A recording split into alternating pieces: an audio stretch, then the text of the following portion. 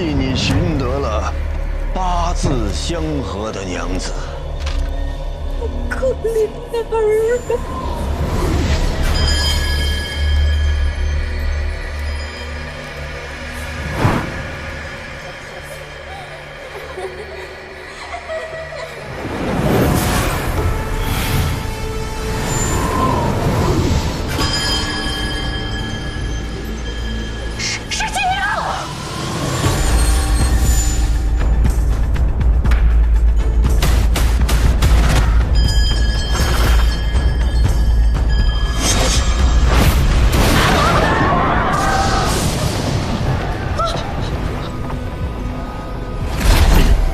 你们扰我安宁，挖我尸身，还想让我去服侍你们的死鬼儿子，不怕我半夜来找你们吗？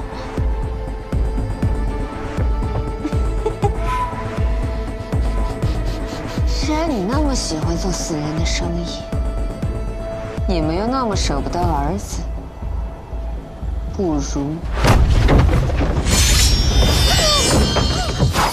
一起下去陪着吧。有影子，他是人不是鬼。你是人不是鬼。我倒希望我真的是鬼。郭瑞麟、洪卢清，你仔细看看我是谁。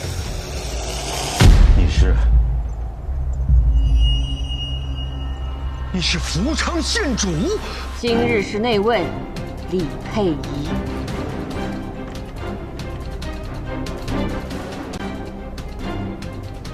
西京城未婚女子尸体被偷的案子接连不断，盗墓的小贼是抓了不少，这背后的大鬼藏得太深，实在是难抓。你们连官家贵女的尸体都敢偷，还真是嚣张呀！堂堂洪卢清勾结宵小，盗取女子尸体，违律私结阴婚。郭瑞麟，你认罪吗？跟你认罪容易，只是这官家断案，也得讲人证物证吧？敢问县主，你拿什么定我的罪？你私盗谢巧莲的尸体。县主，你在说笑吧？这哪里有谢巧莲的尸体？原来如此。物证我没有，人证只我一个。看来洪卢清是想跟我鱼死网破了。这都是你逼的我，给我上！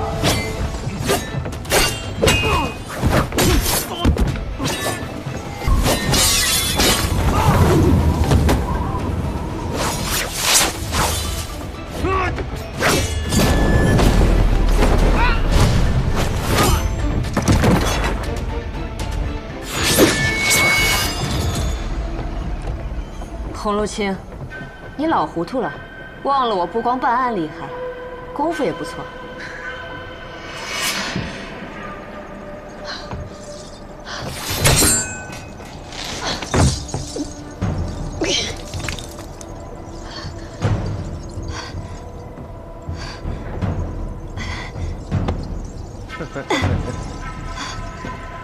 县主不老，却也糊涂了。想必是忘了自己为了假死吃了避虚丹，醒来之后若行动剧烈，必会自损气血。看来我今日运气不好。不过洪卢清要不要再好好想想？毕竟杀死一个县主，不是小事。我也不想惹出这种事端，怪就怪你太聪明，太自负。既然玩，当然玩大一点才过瘾。来，既然县主想玩大一点儿，我便成全你。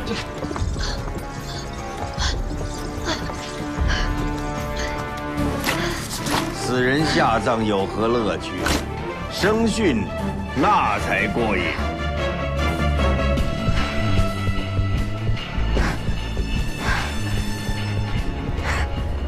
洪如清，我做鬼之后一定会来找你们。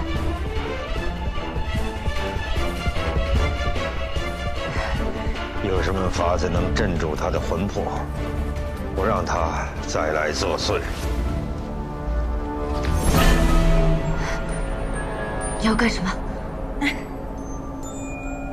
这活人下葬，怨气太重，要用这桃木钉钉住身体，保你死后安安分分。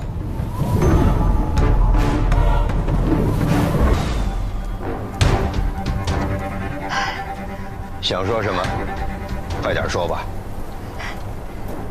既然李成、阿翁、阿姑等我好生孝敬你们，盖棺，盖棺！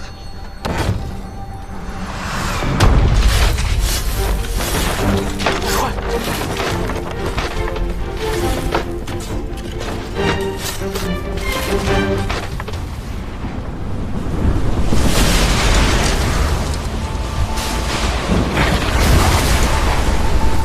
夫人别怕，哈哈，那短命鬼此时大概已经过了奈何桥了。哈哈哈哈哈。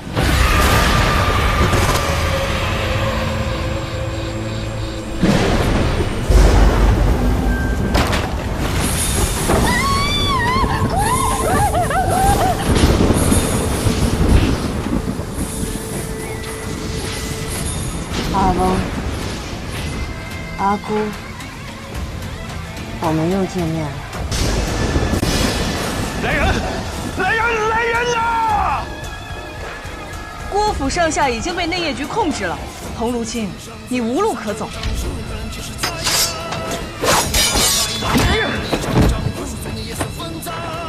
县主，县主，站岗！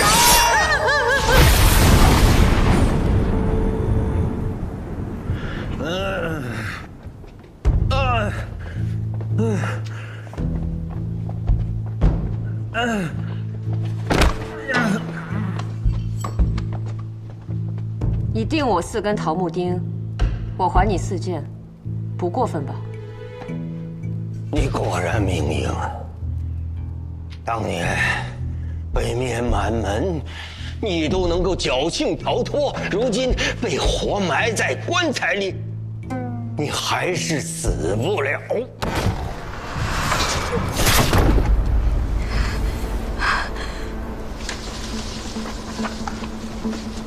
走。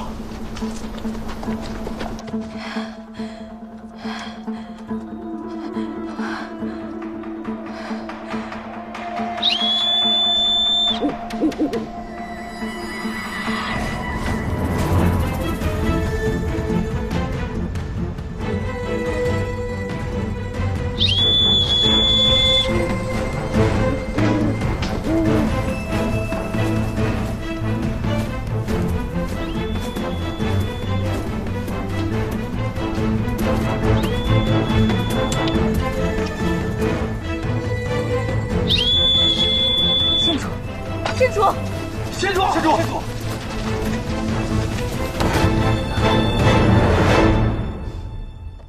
咱们洪如清到现在都不知自己犯的是什么罪名。我当然知道私配阴婚奈何不了你，可如今你的罪名是谋害本县主我，你猜圣上会如何处置你？你是故意落在我手中，故意被我活埋呀！县主亲口服下的碧溪丹，怎么会忘？啊！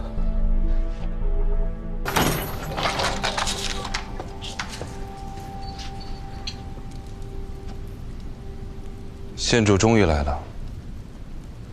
跟我走。县主可以还我清白了。我从来没有说过是你做的。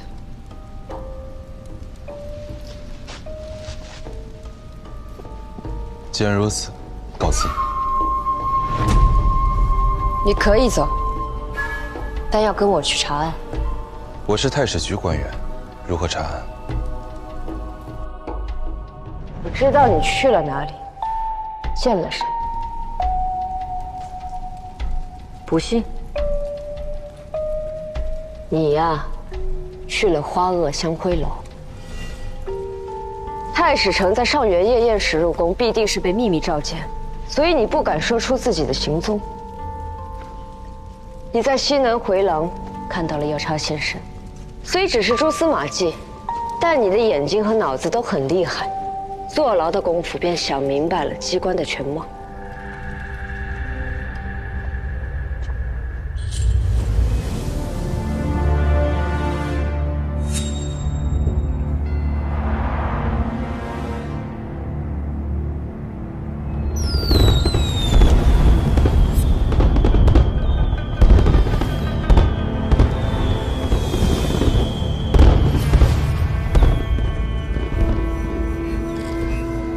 确实是萧某匆匆一瞥，随后推演出来的。但县主所说其他，恕难告知。既然县主已知我无罪，属下官告辞。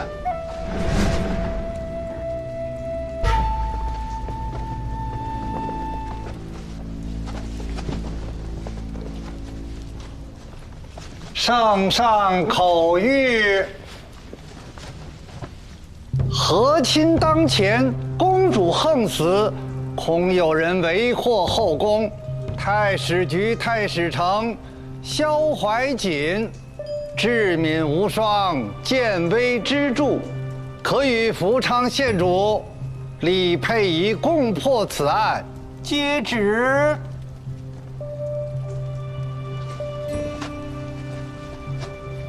太史丞，圣上的英明决断，你可有异议呀？圣上还特赐一枚灵符，你可以自由出入兴庆宫。臣谢恩。县主，当务之急是速速查明此案，莫让公主抱恨终天。是。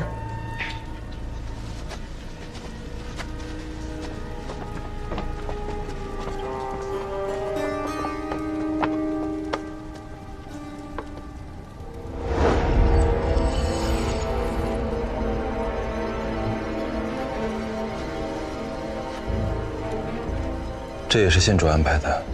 圣上旨意，谁能安排？县主究竟如何得知的？得知什么？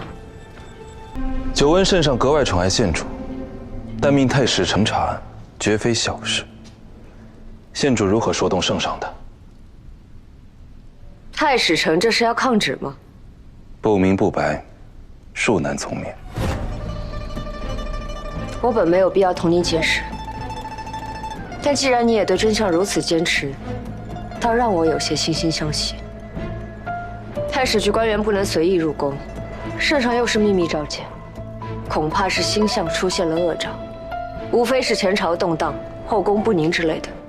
圣上本就不安，现在婉顺遭逢不测，圣上必然会担心此事与星象有关。你与我一同查案，能令圣上心安。若圣上不下旨呢？你走在太史局，自是不了解我。走吧。我独来独往惯了，不喜与人同行。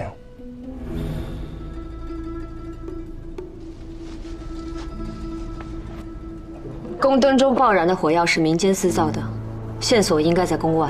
那我便去查火药的来源。告辞。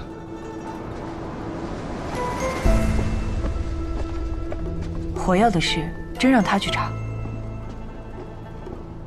找个人跟着他，别让他出事。是。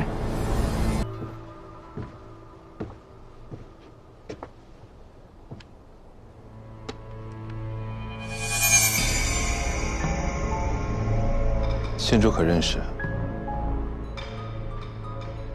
太史丞怕喜，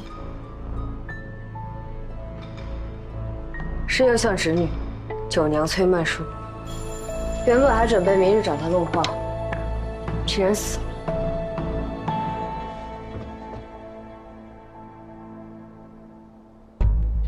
血还未干，凶手没有作用。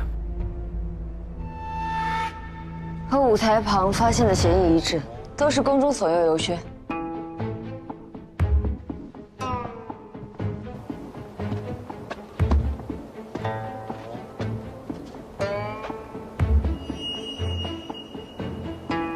应该是往那边去了。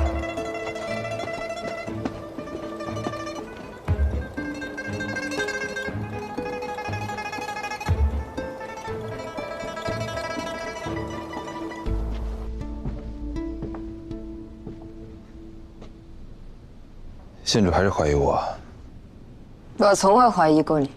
可县主随性我至此，说元帝后加殷的，不也是你吗？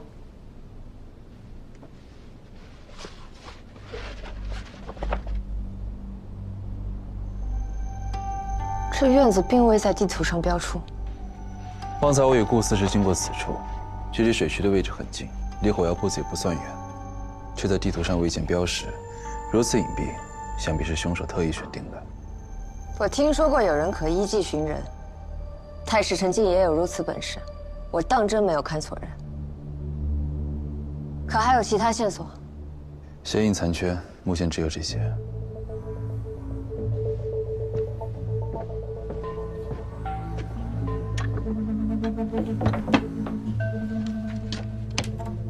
县主可要亲自验尸？请太史丞回避。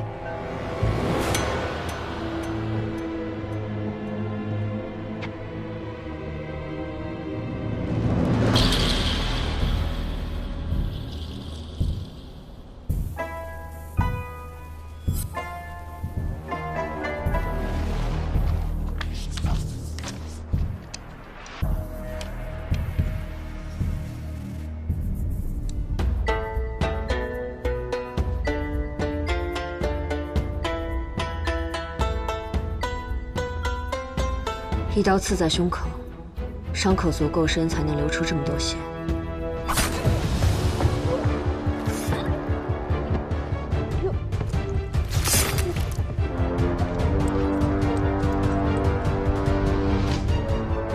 杀你的人一定非常恨你，他是谁？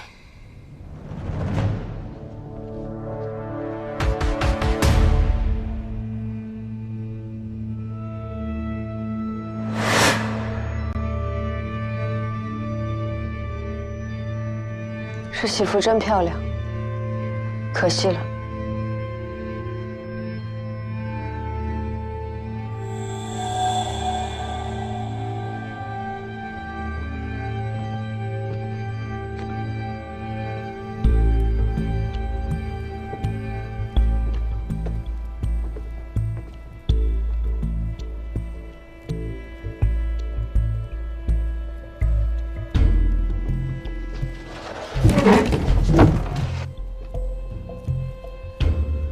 哎，有火药味，当心！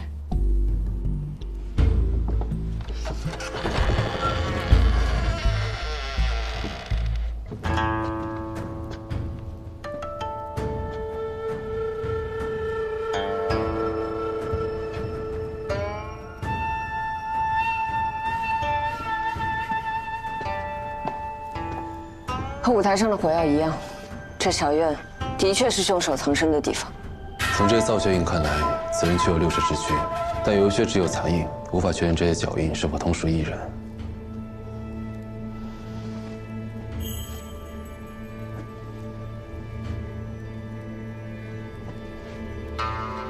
明日去趟右相府，查查这未出阁的深闺女子，为何会身穿喜服出现在这里。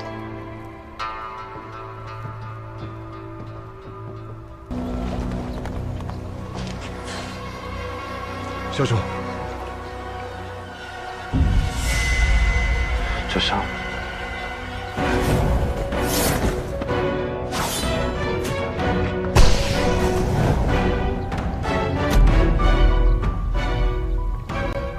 这衣服怎么会在林宁这儿？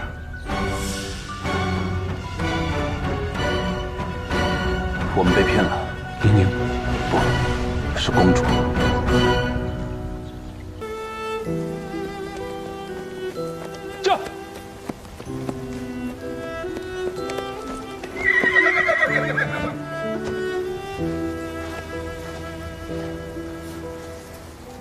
县主，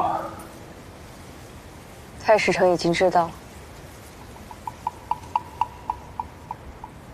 林宁就是那晚袭击我的人。如果可以人是林宁，他去护送回纥王子，袭击我与顾思之，再杀刘德义，那他根本就没有时间杀害崔曼书。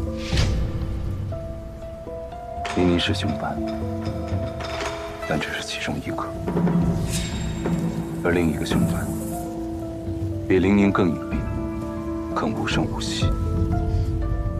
太史丞心细如发。就算黑衣销毁，若我坚持要为15公主验尸，公主所谓的遗骨也是瞒不住的。林宁的死因，仵作也很快就能查出来。所以，县主是如何发现直指15公主的证据的？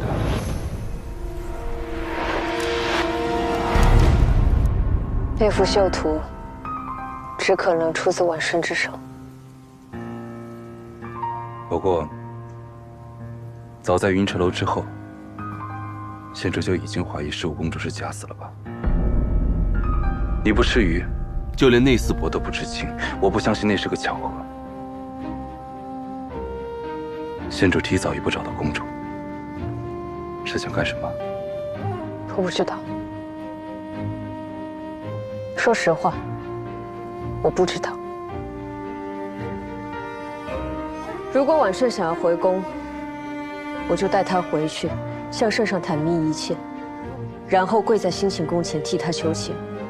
若她想离开呢？每个人都要为自己做过的事情付出代价，公主也一样。你是要我把我最好的朋友押回去吗？若县主心意已决，平萧母是拦不住的。那你又何必赶来？拦不住，也要来。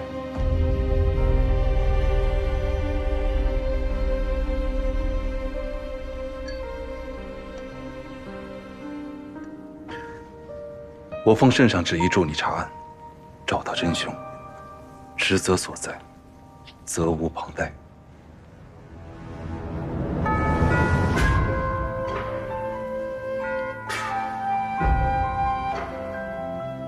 太史丞，你去面圣吧。现在就去将真相禀明圣上。你的问题我想好了，若婉顺想走，我就拼死送她离开，之后去向圣上请罪，用我一命抵婉顺一命，这是我的代价。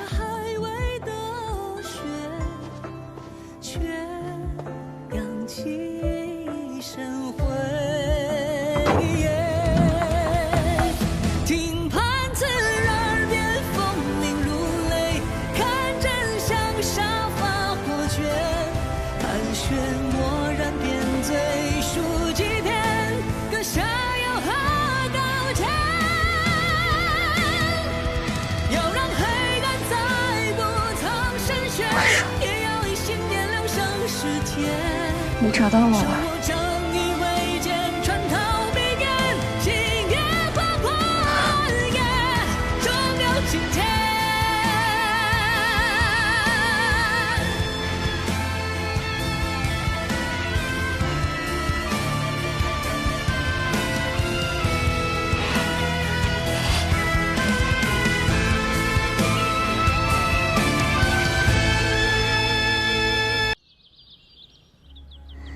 冷若，能在长安城再次遇到你，真是太有缘分了。张夫人，好久不见了，家人可还好？都好。看你的衣衫，看你的气色，一定是嫁得一位如意郎君了吧？祖上保佑，梦生这些年仕途还算顺遂，难得他又一直待我那么好。梦生？莫非你指的是赵梦生？对呀。怎么，张夫人，你已经不记得梦生了？就是当年同你一起客居我家的那个赵梦生吗？是啊，就是他。怎么你不记得了？记得，记得，当然记得。可是，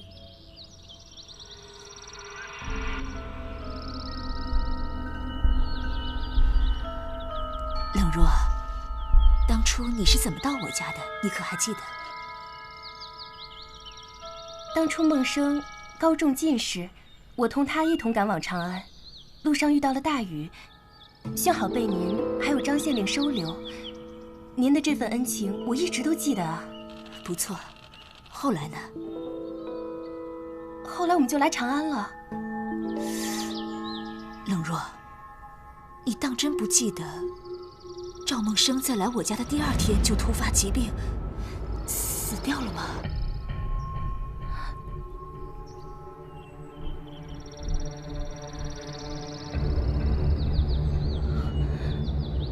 死了？是啊。当初你为了此事还大病3天，寻死觅活，我好言相劝才将你救了下来。冷若，你怎么了？冷若，来人呐！快来人呐！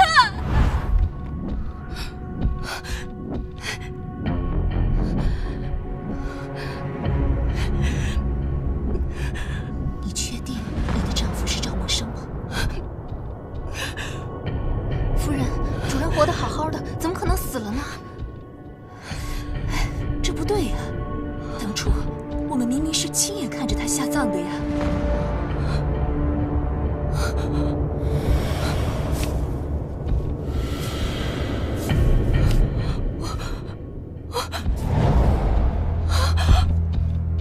我不知道，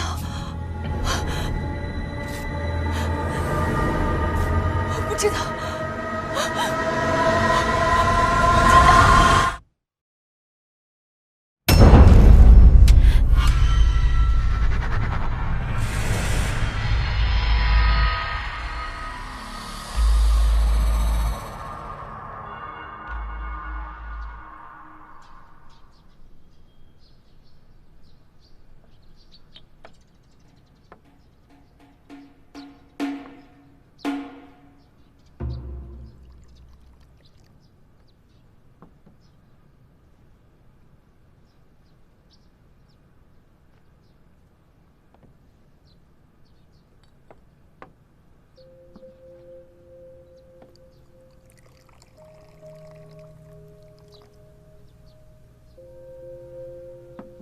夫人，帮我整理一下衣冠吧。好。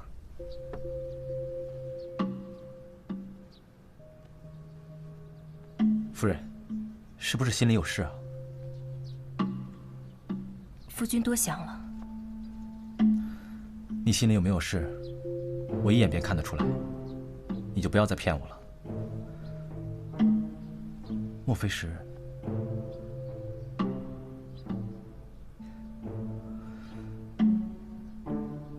夫人有喜了？你又开玩笑了。时候不早了，还不快去？总之，夫人有什么事，不要压在心里，否则为夫可要心疼的。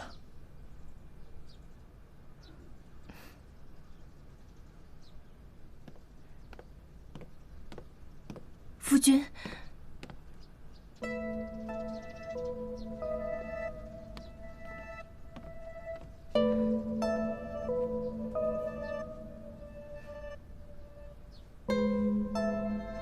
去吧。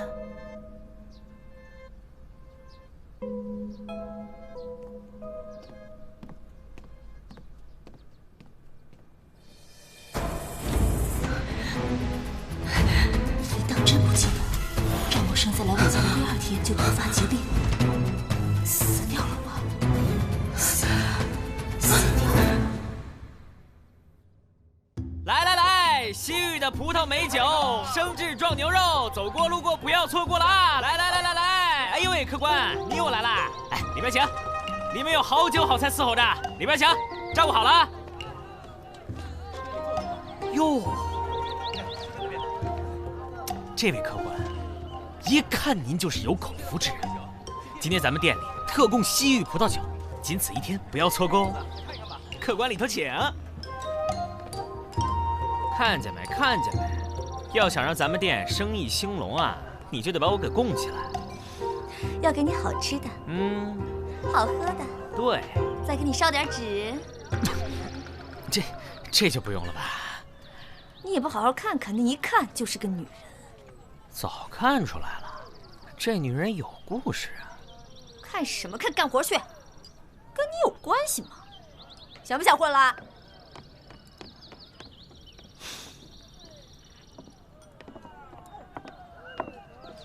这位公子想吃点什么？我倒不想吃什么，请问萨摩多罗先生可在此地？萨摩多罗的18种使用方式，价钱都标在菜单上了。快走啊！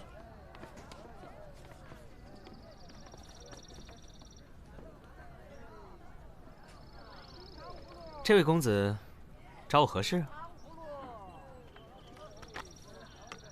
久闻萨摩多罗先生盛名，恳请先生一施援手。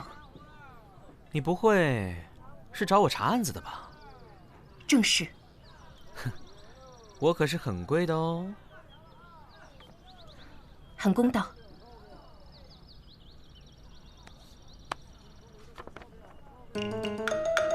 那我都菜买了。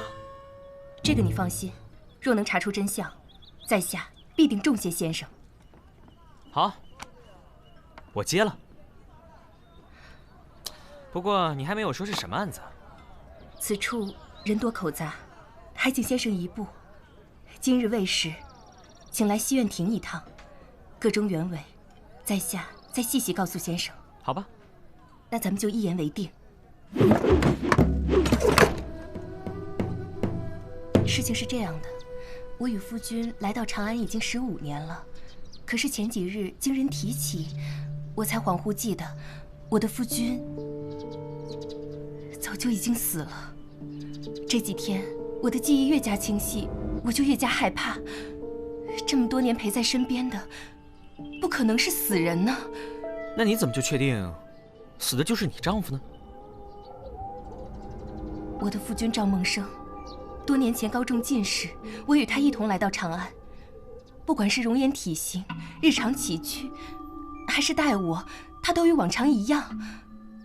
而且我又自小与他一同长大，我怎么会不认得他呢？你说的这个赵梦生，不会是赵侍郎吧？正是。那又或许，他当时没死呢？不可能。我记得，我是亲眼看见他下葬的。除非他复活过来，可已经入土为安的人，他怎么复活呢？那他会不会有孪生兄弟？我与梦生青梅竹马，赵家的一切我都很了解。赵家只有这一个儿子，况且凭我对梦生的了解，就算是孪生兄弟，我也一定能分辨得出来。莫非？莫非什么？是妖怪所变？哎，妖怪？那我还宁愿相信是易容术呢。易容术？真的有这种法术吗？不是夫人，易容术破绽太大，却不适合长期使用。夫人每日与他共枕同眠，就更不可能了。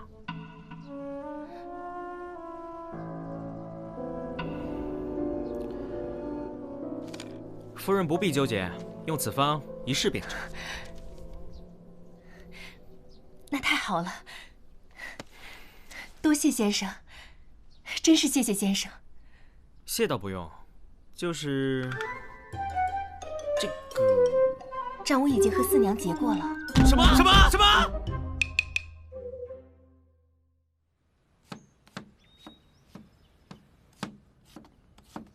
哎，夫人，您怎么进厨房了？主人交代过，您不能进厨房的，要是烫到哪儿，小人……我来拿点东西。您要找什么？我帮您拿。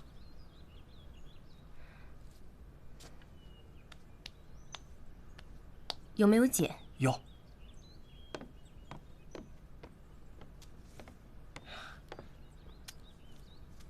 您要这碱有什么用？这不是你该问的。是，小人多嘴了。这次卖官案件牵涉朝廷上下几十个官员，其中不乏朝廷命官，棘手得很。怎么了？受风寒了吗？啊，没事，周围有些柳絮不服。这宗卖官案事关重大，一定要彻底清查，绝不能姑息。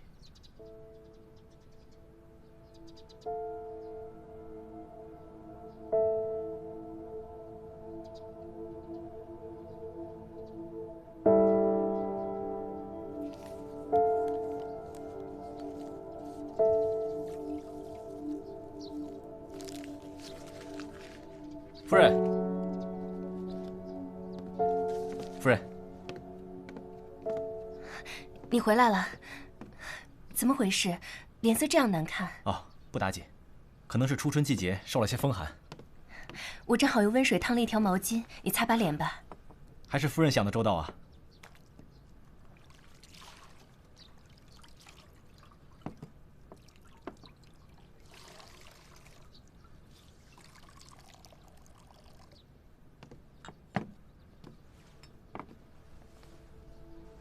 我来。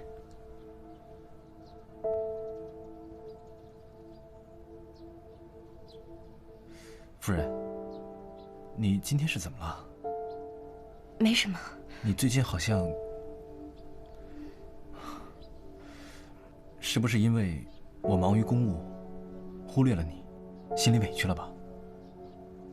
你身居要职，忙于政务也是应该的。等这宗卖官案查完，我就好好陪陪你。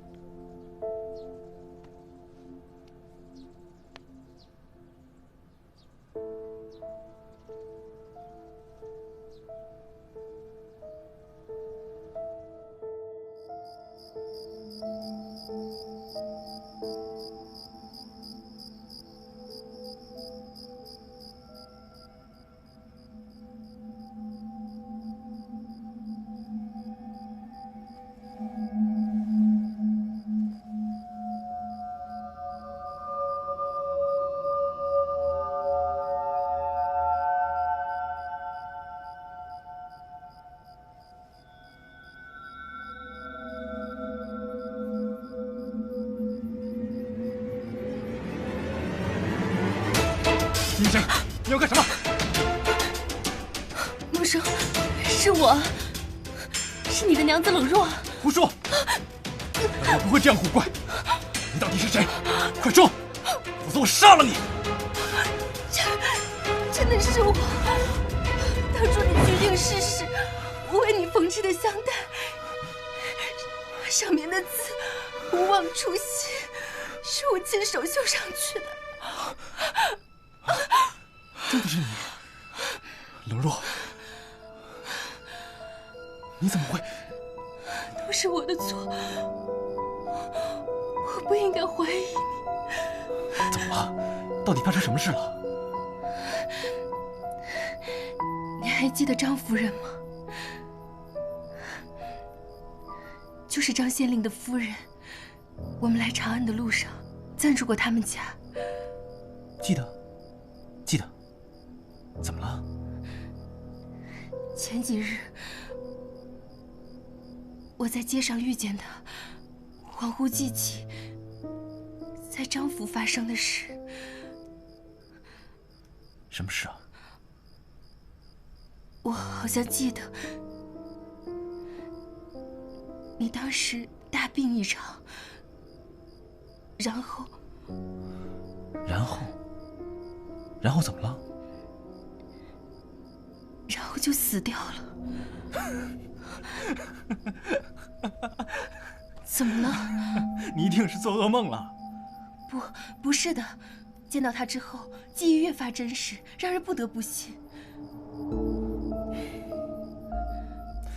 我记得当时借住在张府，我是病得很厉害，你十分担心，还因此连续高烧了3天。所以啊，脑袋可能不太清楚，才把噩梦当成了现实，这也是有可能的。是这样吗？当然是的，你想多了。难道说，在你面前的我，还能是鬼不成？哪有说自己是鬼的？就是。好了，不要再胡思乱想了，已经不早了。我明早还要上朝呢。啊。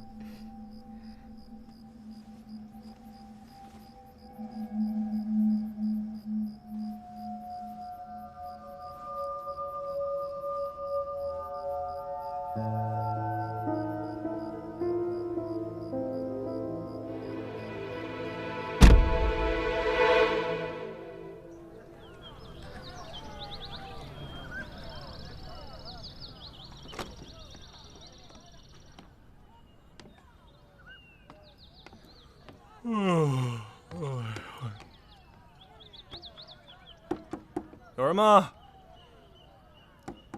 有人吗？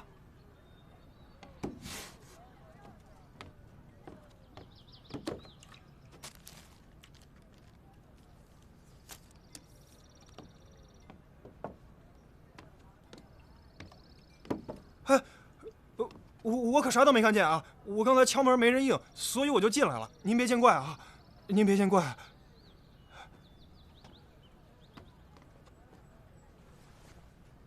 唉。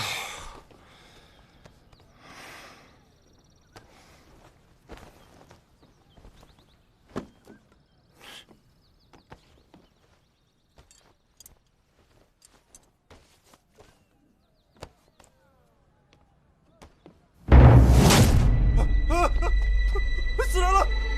死人了！死人了！死人了！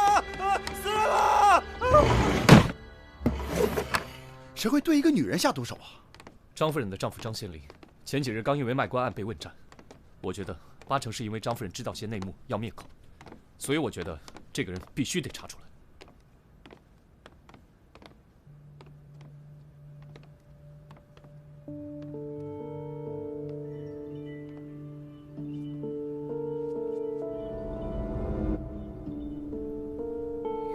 死者是一刀毙命，从血的凝结程度可以推断出，死亡的时间应该是3个时辰前。我知道了，这个张夫人是自杀。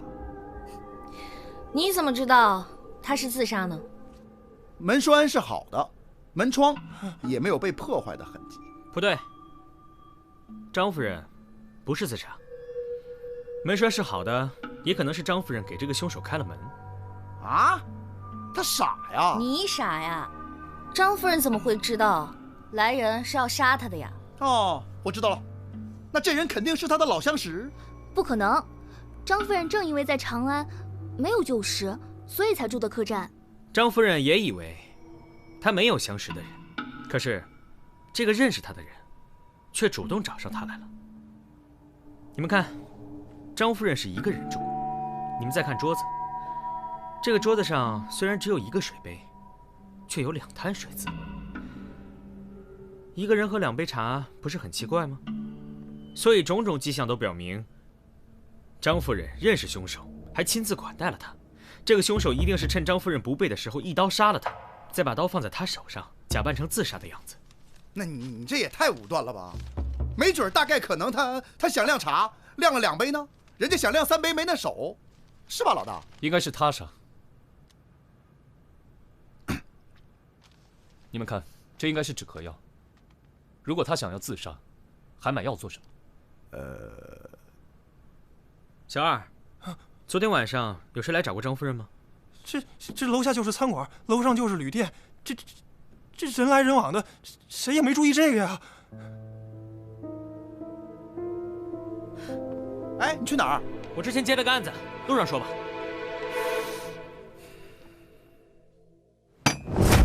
不可能！孟生与我好友多年，他若是别人假扮的，我一眼便能认出。大哥，你认识赵侍郎才几年？也许在你认识他之前就已经被人调包了呢？那也不可能。孟生一向为人坦荡。切！孟生他多年如一日的对我好，我确实不应该怀疑他。可是我心中的疑虑不解开，我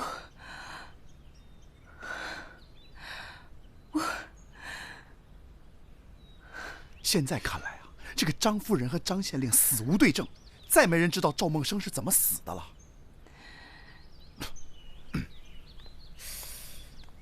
这样看来，赵侍郎的确是有嫌疑。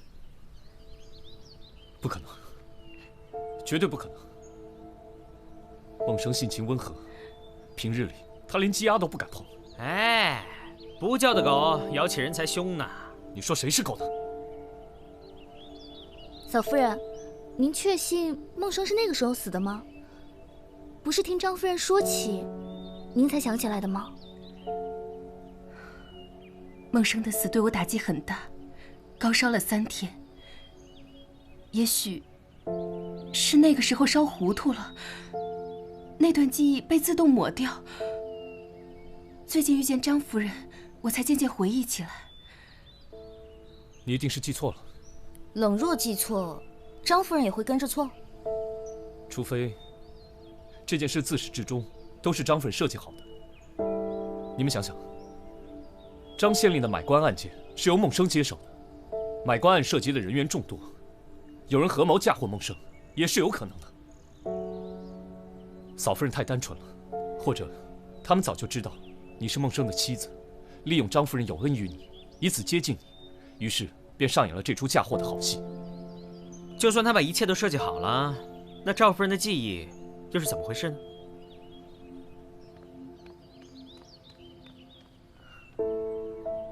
阿志，我知道你不愿意相信孟生是坏人，我也不愿相信。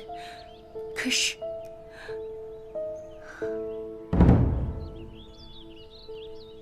我一直都不记得这道伤痕是怎么造成的。我自小没有受到过半分委屈，实在是想不起会发生什么事情造成如此深的伤痕。除非我那时真的动了轻生的念头。那如果自杀是真的，那赵梦生肯定是死了的呀。我们别在这废话了，去找找赵梦生的坟墓。是人是鬼不去见分晓了吗？你小女孩家家的，除了挖坟墓就是找尸体，以后谁还敢要你啊？要你管！我赞成。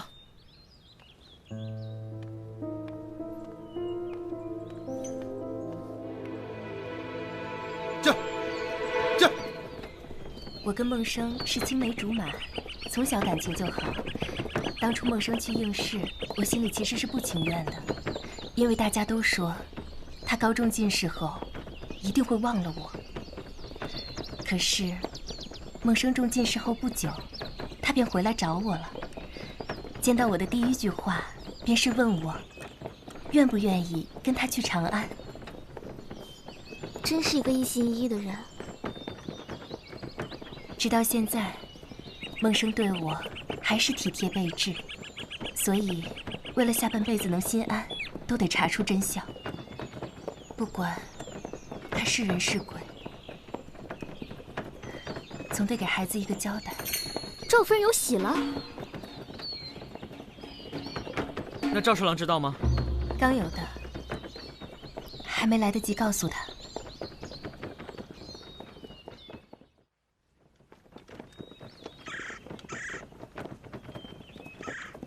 来人，四处查看一下。是。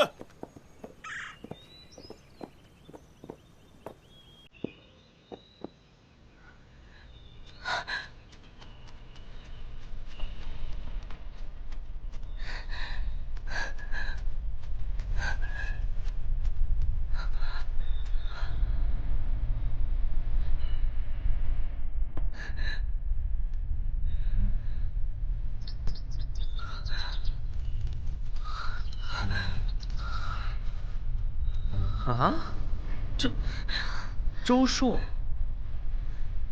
是谁啊？怎么可能？是周树。这周树，你认识？周树是我们镇上茶商家的公子，孟生的好朋友。当初他说想来长安玩，就跟我们一起来的长安。怎么还有一个人？你们到底几个人同行？3个。我肯定是3个。不会的，我不会为了周叔而轻生的，不会的。冷若，不会的。冷若，冷若，冷若，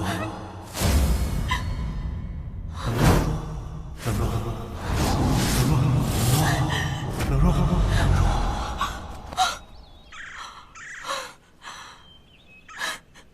你还记得周树是怎么死的吗？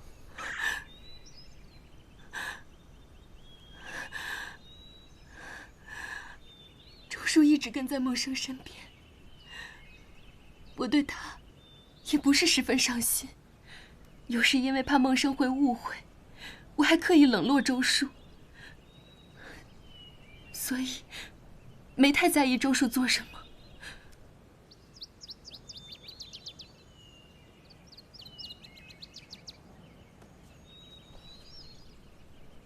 看来这里经常有人来祭拜。来都来了，还是验尸的好。你开什么玩笑？这荒山野岭的，谁帮你挖坟啊？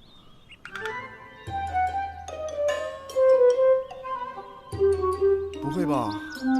我一人挖呀？嗯呐。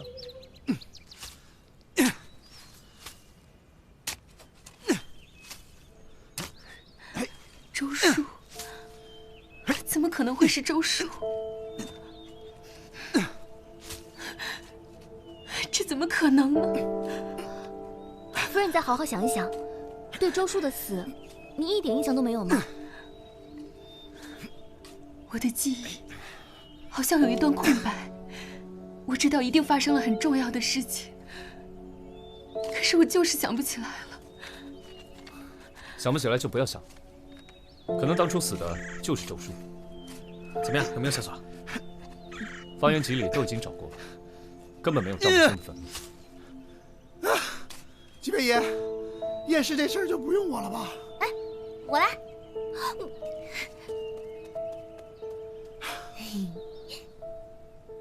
哎，我知道了，我知道了。知道了你说呀，卖什么关子呀？小妹妹，这个习气可不好，学点萨摩身上的优点，别净沾染些坏风气。他有什么优点啊？哼，去！没好处啊，没好处你们就别想知道。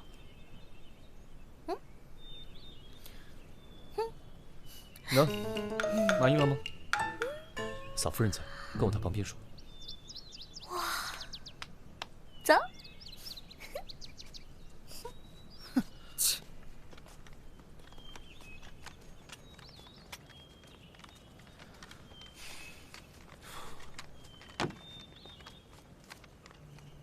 冷若说赵梦生是怎么死的？赶上大雨，受了风寒。那这个不是赵梦生啊？为什么？这明显是砒霜中毒而死啊！你是说周树是被人毒死的？废话，难道自己没事儿吃砒霜解闷儿啊？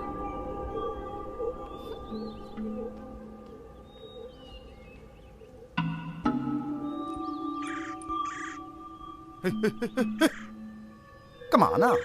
我可看着呢。别废话，回头请你喝酒。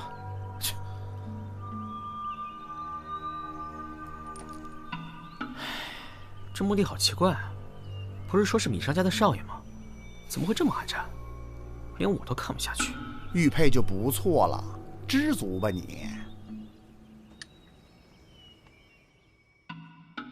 你尝尝这个，我们喝一杯，真是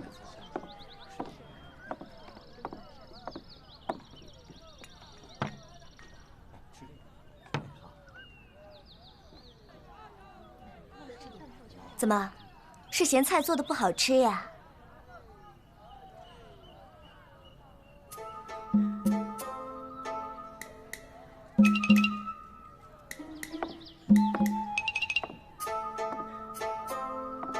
哟，这谁家姑娘这么水灵呀？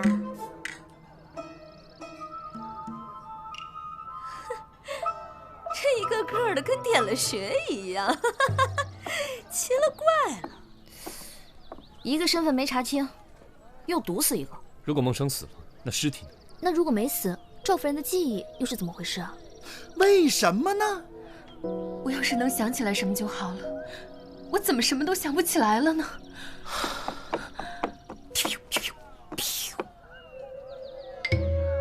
你们都被解决了啊！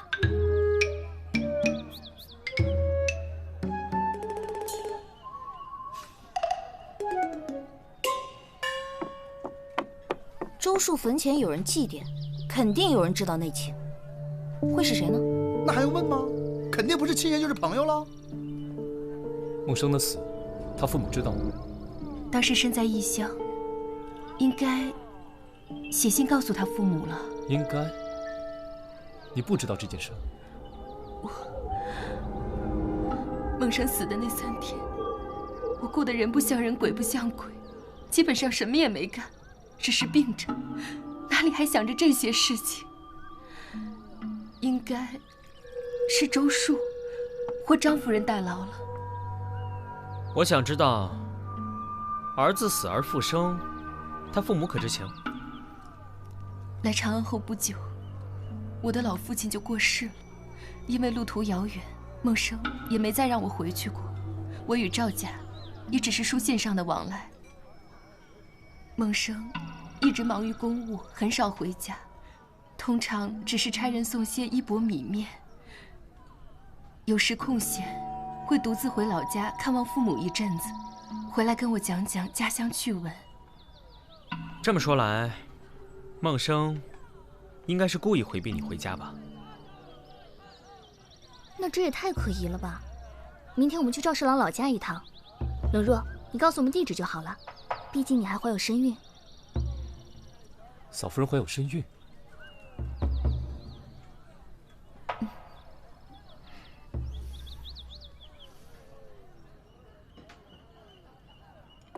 不信今天就征服不了你们！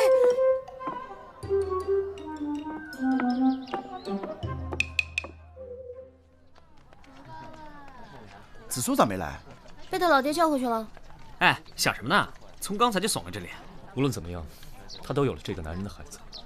如果这个男人不是赵梦生，他会痛苦；如果这个人是赵梦生，那么很明显，他都与周树的死脱不了干系。如果这案子查下去，真相只会让他更加痛苦。哎，什么痛苦不痛苦的，我不懂。他要个真相，你就给他真相不就完了吗？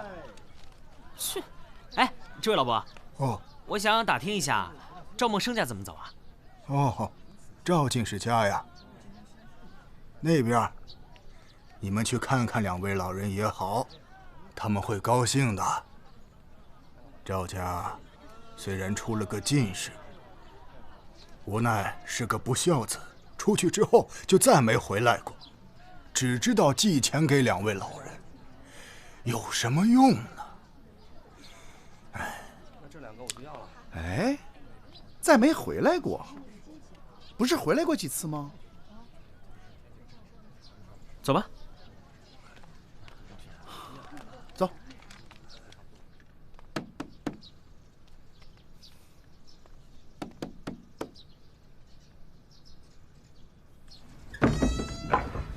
嗯，看不出来嘛，原来赵侍郎父母还是爱摆弄花草的人啊。儿子都不回来，还不就只能摆弄摆弄花草？是啊。等一下，我感受到了一股气息。还真是，长安城少有的清新的气息。不对，是新鲜的死亡气息。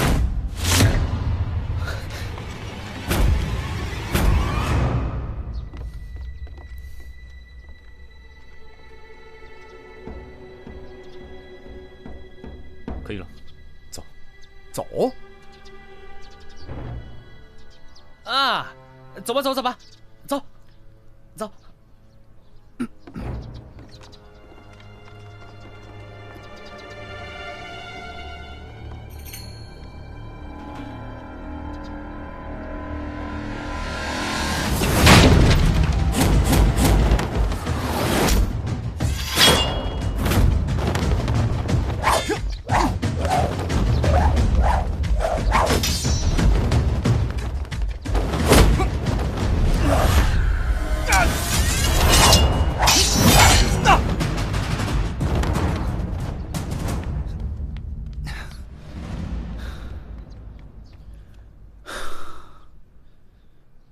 这应该是个职业杀手，我们一定要查出他背后的主使者。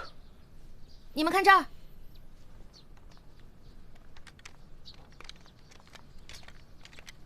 这是我在屋里找到的，这是嫂夫人，这是赵梦生。那这个男人是谁啊？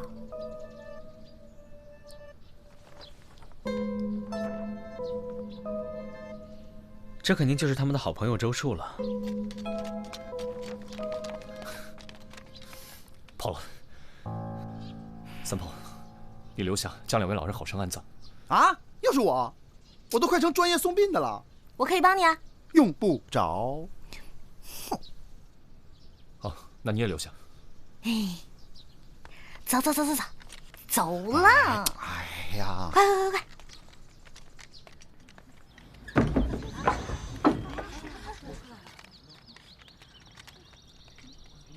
哎，大娘，我啊，我给你打听个事儿啊。啊，赵家这棵柳树种了多久了？哦，你是问这棵大柳树啊？那可很久了，得有20-30年了吧。孟生刚出生那会儿啊，就种下了。你们是官府的人吧？不是，我们呢是孟生的朋友，就是路过看看他的爹娘。哦，孟生后来真的没再回来过吗？嗨，不孝啊！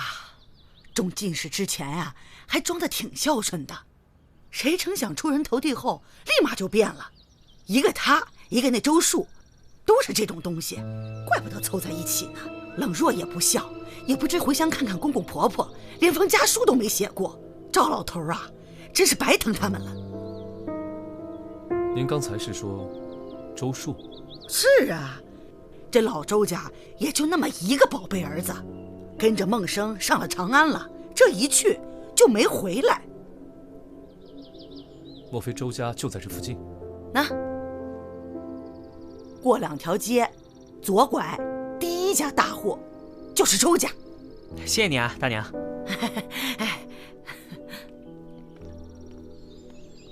这样看来，冷若的信并没有到孟生父亲手里。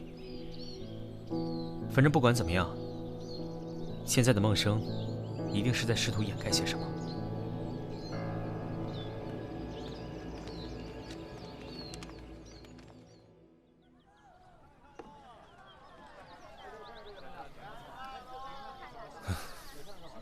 怎么回事啊？一脸丧气。刚从礼部回来。又有新案情了？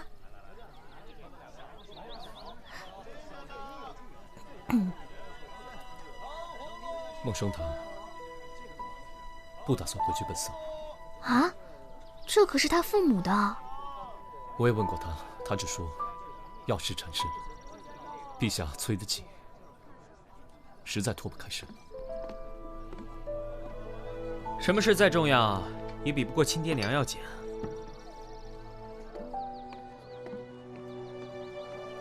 或许赵侍郎真的有某种不得已的苦衷，所以才多年不回家。我知道了，我知道了，我知道了。你知道什么了？这个案子我破了。怎么可能？开玩笑吧。哎，还真别瞧不起人啊。三炮，你说说看。我在集市上听说了一种强力曼陀罗，吃了以后找人做法移魂，给出暗示，就能让对方把做法人说的都当成真的。就是催眠嘛。你是说赵夫人被催眠了？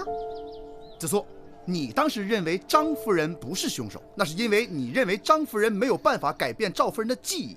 错，当然有办法，只要吃了这种药，睡了以后，人家做法的人说什么就是什么。这也太邪乎了吧？证据呢？没有证据，一切免谈。张夫人的客栈已经被清理干净了，上哪去找证据？不过非要那么解释也能够解释通。当初我们在客栈搜出了一副止咳药，而其中有一味非常重要的药材正是曼陀罗。这样就全通了？对，都通了。要不咱去药店再查一查？走吧。走。我也去。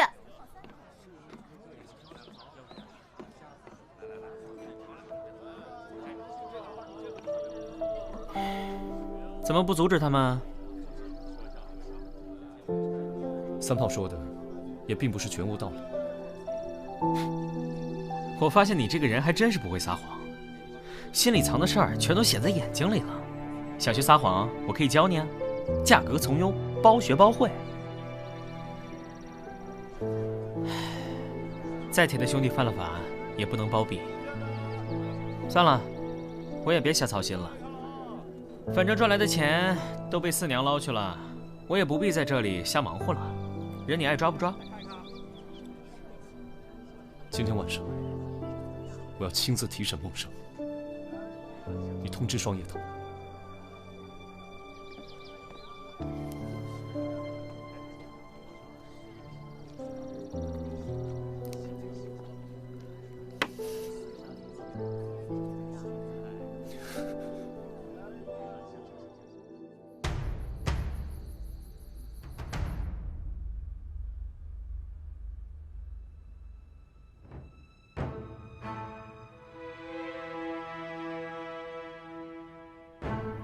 前阵子我和你在小径散步，你不停打喷嚏，你对我说是花草柳絮不符。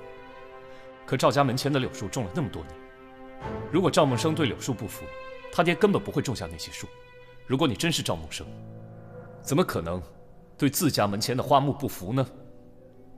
还有，三炮打听到了一种名为移魂的法术。移魂，也就是深度催眠。嫂夫人的确被移魂过。不过，并不是张夫人，而是周树。周树与赵梦生冷若从小一起长大，恐怕早就倾心于冷若。只可惜冷若只对赵梦生上心，担心赵梦生误会，刻意冷落周树。由于是好友，周树只能把这个心思烂在肚子里。赵梦生考取进士后，周树以云游四海为由，一同奔赴长安，借机在途中毒死了赵梦生。之后，周树托人将冷若移魂，把冷若的记忆修改，让他把周树和赵梦生的身份进行兑换。你是说，梦生是被毒死的，不是偶遇风寒吗？我根本没听过什么移魂术，你们宁愿相信一个江湖传言，也不相信我这个人吗？你知道，我从来不会空口无凭指证一个人。舒儿，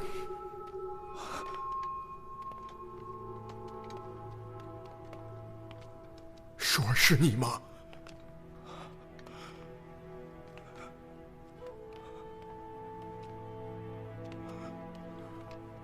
舒儿，是我的舒儿，舒儿，舒儿，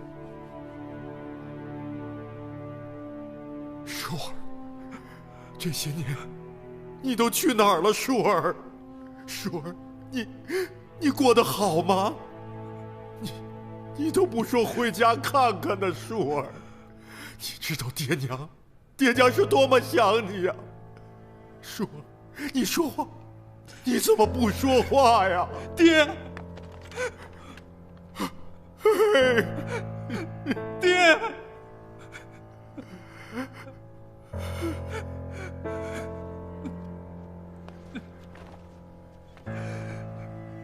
舒儿不孝，舒儿不孝，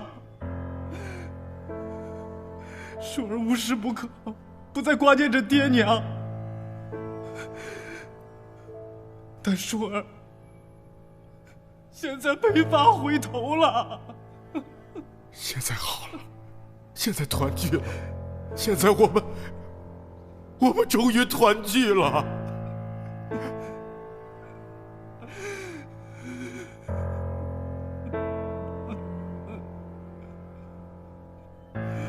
那日在州府，多亏令尊的一句话，才得以让真相浮出水面。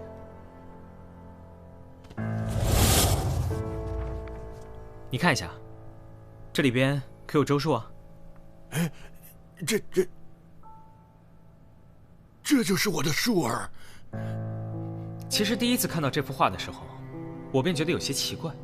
这幅画上冷若坐在最左边，按常理，冷若与孟生两小无猜，孟生应该坐在他旁边，可事实却是周树坐在他的旁边。你们不觉得很可疑吗？我们都知道周树是周家公子，穿戴定比孟生好上几倍，而画上的孟生腰间玉佩，反而比周树的还要大，还要气派。这只能说明中间的这位根本不是周树，而是孟生。你因为担心露出破绽，不敢回乡，只能通过寄钱的方式弥补心中的愧疚，让死去的好友担着不孝的罪名，恐怕你也并不好过吧？你还不惜把孟生的墓碑换成自己的名字，再也不踏进家门，凭着对赵孟生的熟悉，模仿他的一切，让真正的自己死掉。你本以为远离家乡就能瞒天过海，却不料张夫人恰巧来到长安，揭穿了这一切。舒儿，舒儿啊，你这又是何必呀？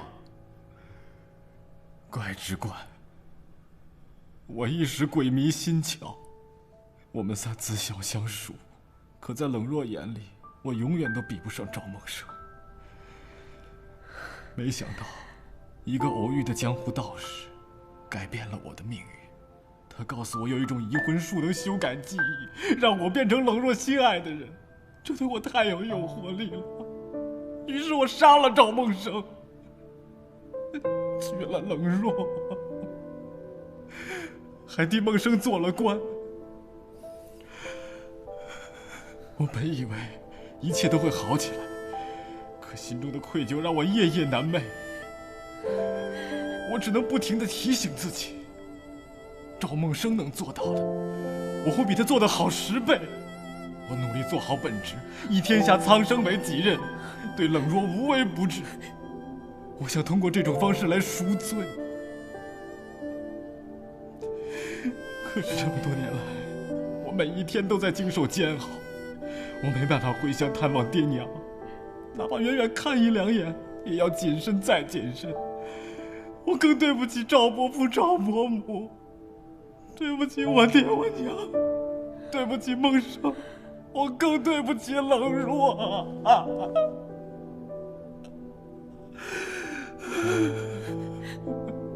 那你为何要对孟生的父母下杀手？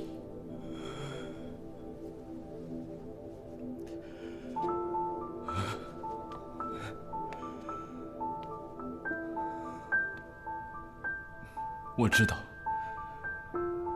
我罪大恶极，但我还没可恶到那个程度。不过，他们的死确实跟我有关系。其实，这不过是一场交易，我们各取所需罢了。他们需要我当官，在为官期间帮他们。舒儿，孟生，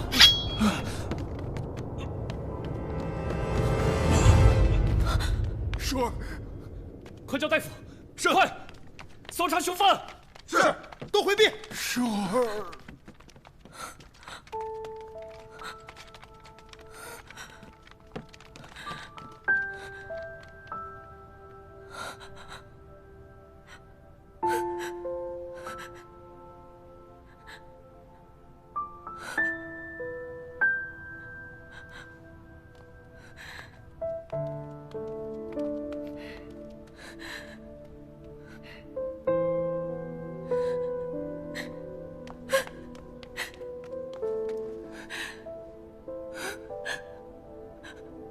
梦生，梦生，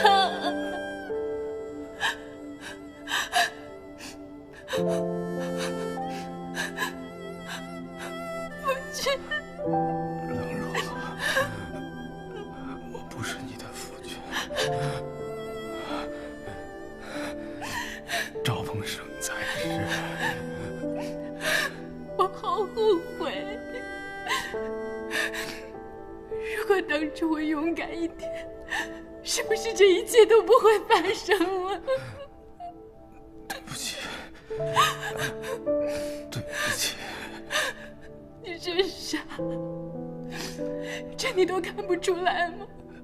我刻意回避你，是因为我对你有好感的。我故意忽略你不理你，是不想伤害梦生。那是梦生啊，我们一起长大的梦生啊！你怎么可以为了我你怎们下得了手。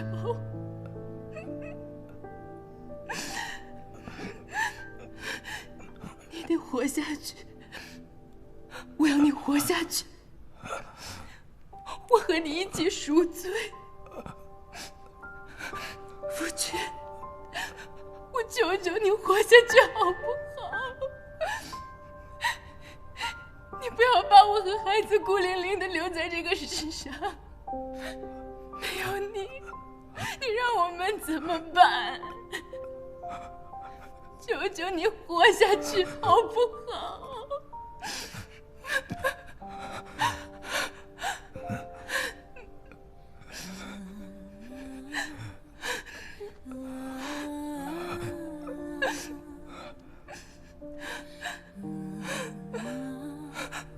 终于可以作为周叔跟你说话了。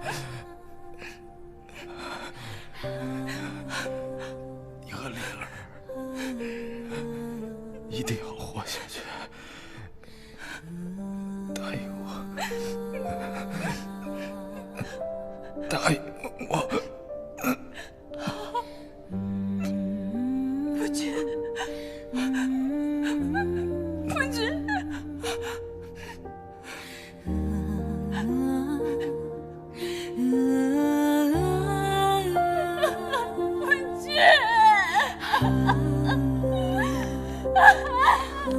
夫君。